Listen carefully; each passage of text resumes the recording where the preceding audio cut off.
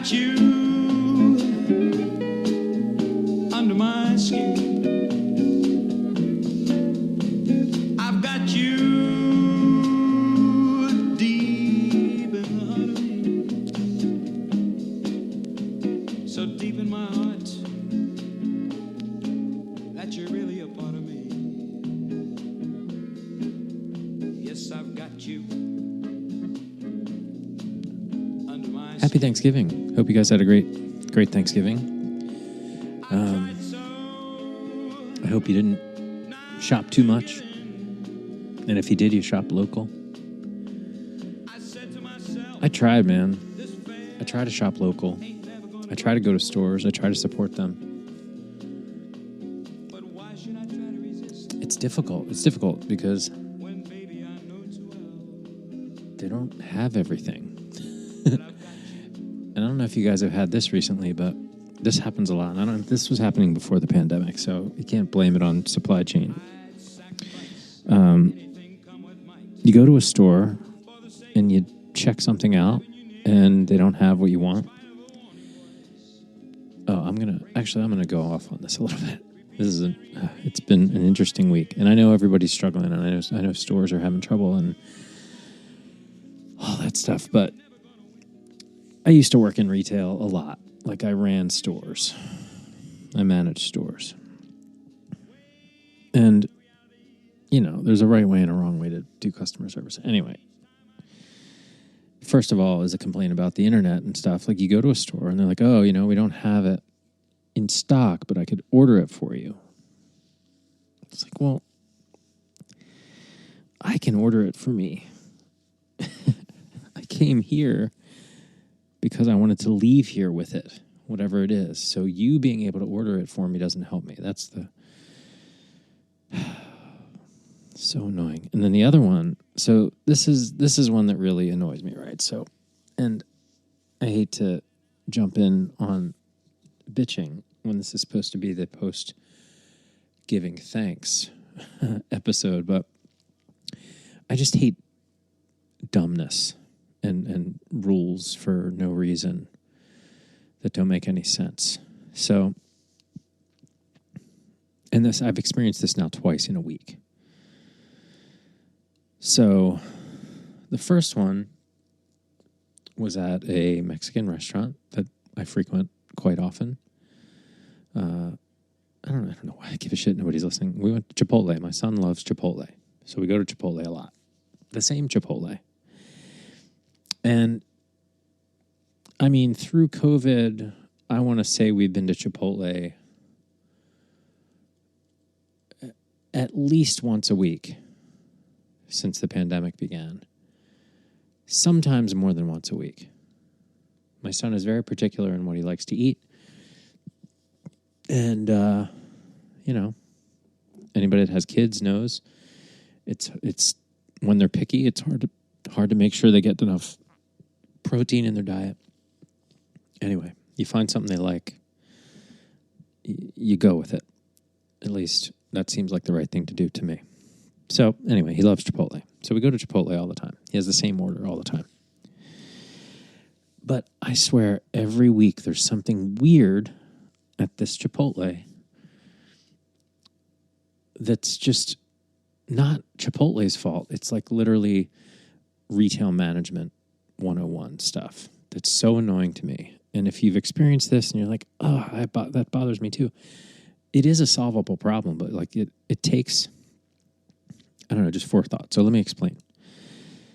So the weird problems are just like one day they're out of ice, okay? And then the next day they don't have, it's usually something that you're just like, how do you not have these things? They were out of tortillas one day. They only had like the burrito tortillas. They didn't have any taco tortillas. And then another day, maybe there's a tortilla shortage that I'm unaware of. I don't know. But another day they didn't have chips. No chips, like none. Now chips, I think, is just cut up tortillas put in the fryer.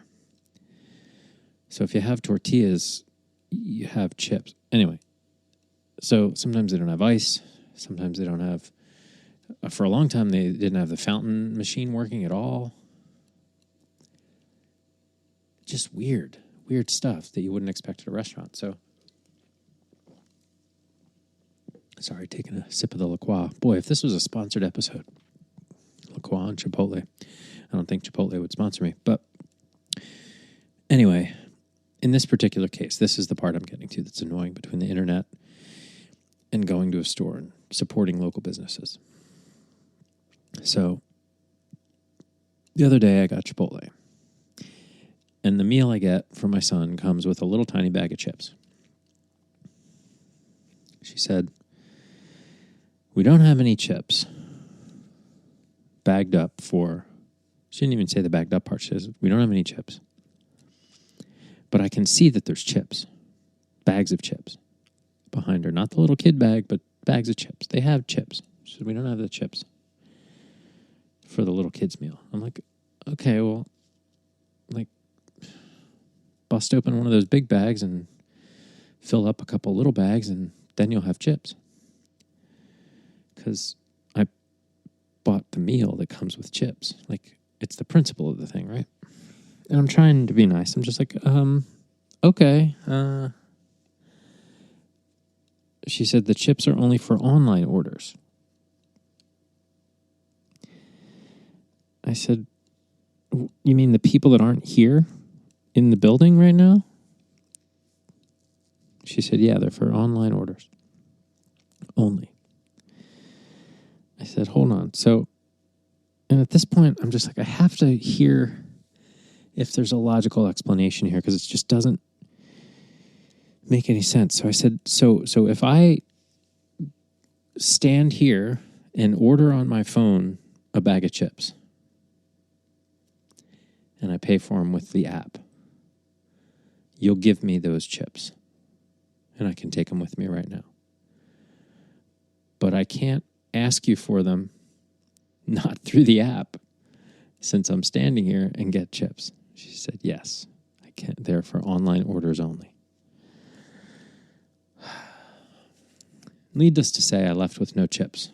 I almost did it. I almost just ordered them from the app just to get them, to illustrate as plainly as I could how ridiculous that was. But I didn't do it. But I'm telling you,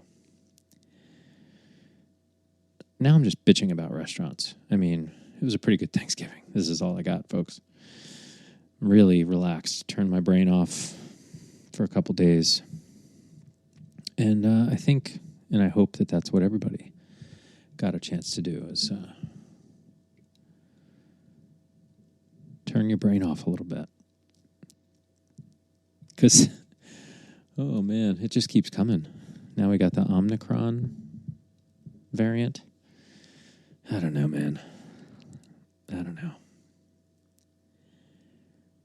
It's just been too long with too much bad or inaccurate or questionable information. Too long with this not knowing what's going on. I do not like it. Anyway, something that was interesting was Thanksgiving. Hope you guys had a great one. We had turkey. You know, we had a traditional Thanksgiving. I love it. I don't know. It's just so weird how that meal is just so iconic or something. I don't know. It's good. It's a good combo meal that we make. My family's been hosting our own Thanksgiving out here in California pretty much since we've lived here. I think we've traveled a couple Thanksgivings, maybe 3 or 4, gone to different spots, but most of the time we do the cooking and pretty darn good at it. Like, it was really good. But it was funny, my buddy posted this picture of Thanksgiving from the Plaza Hotel in New York in 1899. You can find it online pretty easy. But there's all kinds of different stuff. Turkey's not even like the main dish, it doesn't seem like. It's there, you know, it's there, but it's like all this other wild game because, I mean, in 1899, I wonder how big New York City was. I mean, they just like walk out into the park and shoot some stuff and cook it up. Like, it's very different. Although a lot of it comes from, it's funny because the Plaza Hotel, I think, is in New York, right? Yeah, it's New York. But the menu has Philadelphia squab. So specifically, Philadelphia squab. And then there's another Philadelphia thing. I'm just reading it now. This is the most boring podcast ever. I'm really sorry. Anyway, look it up. It's kind of interesting. And I want to find out if the amounts of money is dollars. It can't be dollars. It's got to be cents, right? So, like, it says cold game, right? They have a partridge. And, I don't know, 75 cents, 90 cents? Is that a lot of money back then? It's got to be, right? So interesting how times change. Anyway, look that up. I think that's pretty interesting. But, you know, I'm literally just rambling. I promise you I have guests this week. I promise you. And they're going to be good. My good friend Jenna Brister's coming back on the podcast. Always like talking to her. And somebody who was on before will be on soon again. Morgan Taylor. She was on the Don't Tell Comedy episode. She is now a stand-up comic. So a stand-up comic, and can't wait to talk to her about her experience there. So more to come, but the holidays have begun. I hope you're planning to have a good, relaxing holiday, and I hope you had a great Thanksgiving. And boy, vacation is not good for podcast fodder. I just complained about stores. Hey, man, I promised you guys I'd put something out, so you're like, yeah, you could skip it. You could skip it this week if you want. I know. I know what I can do before I go. I saw a couple movies. God, it's good to go back to the movies, man. Oh, it's good to go back to the movies. But we saw the new Ghostbusters movie. And we saw Encanto, the new Pixar. So let me talk about those for a minute. Ghostbusters was fun, I guess is the best way I'd put it. The Ghostbusters Afterlife movie. It was very nostalgic. They kept to the Ghostbusters theme. Very, it was like an homage to the original Ghostbusters. I even think Paul Rudd was playing up a little bit of like the Bob and Doug McKenzie guy. What's his name? Rick Moranis. The way Rick Moranis played Vince Clortho. And but they kind of had to stick with graphics from the 80s movie, which I rewatched actually before we went to see Afterlife. I was like, let me remember. Boy, that movie is so different. Do you guys remember they smoke? Like they smoke cigarettes like a lot.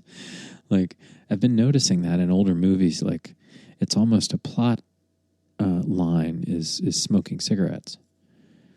Like people light each other's cigarettes, and it's part of the plot line. It's really weird. It's really weird, but I think it's accurate if you live through those times. I mean, that was kind of it. Like plumbers and stuff had cigarettes hanging out of their mouth in your house.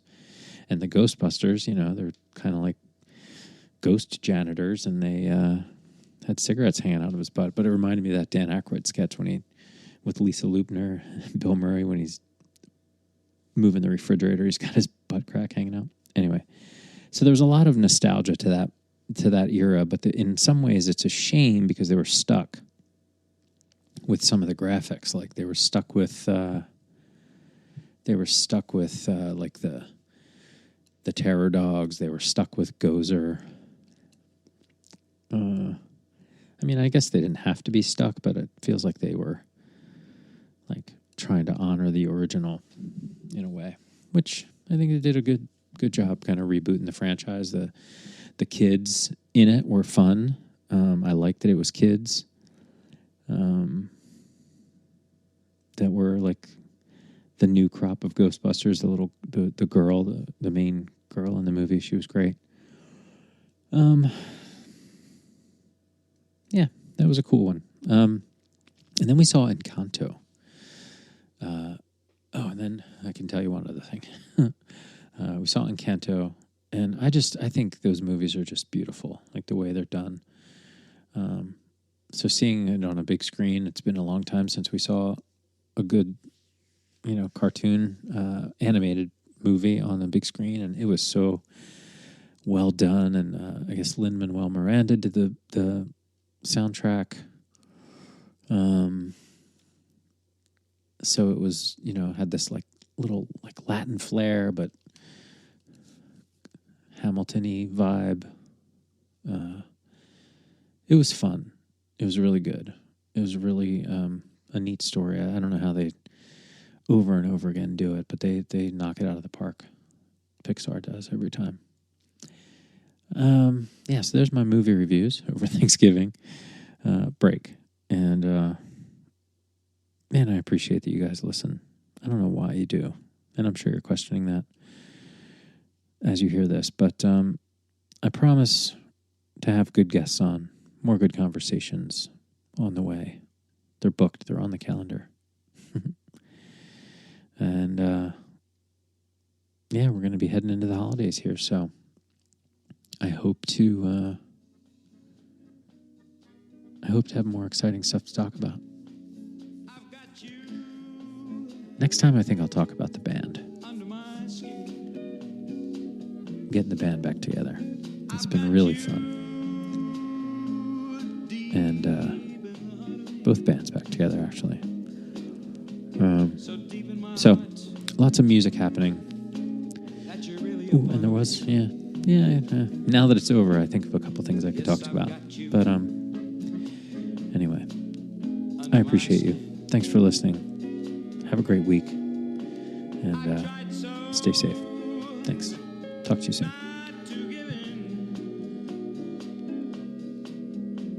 I said to myself, this fair ain't never gonna go too well. But why should I try to resist when, baby, I know too well that I've got you under my skin.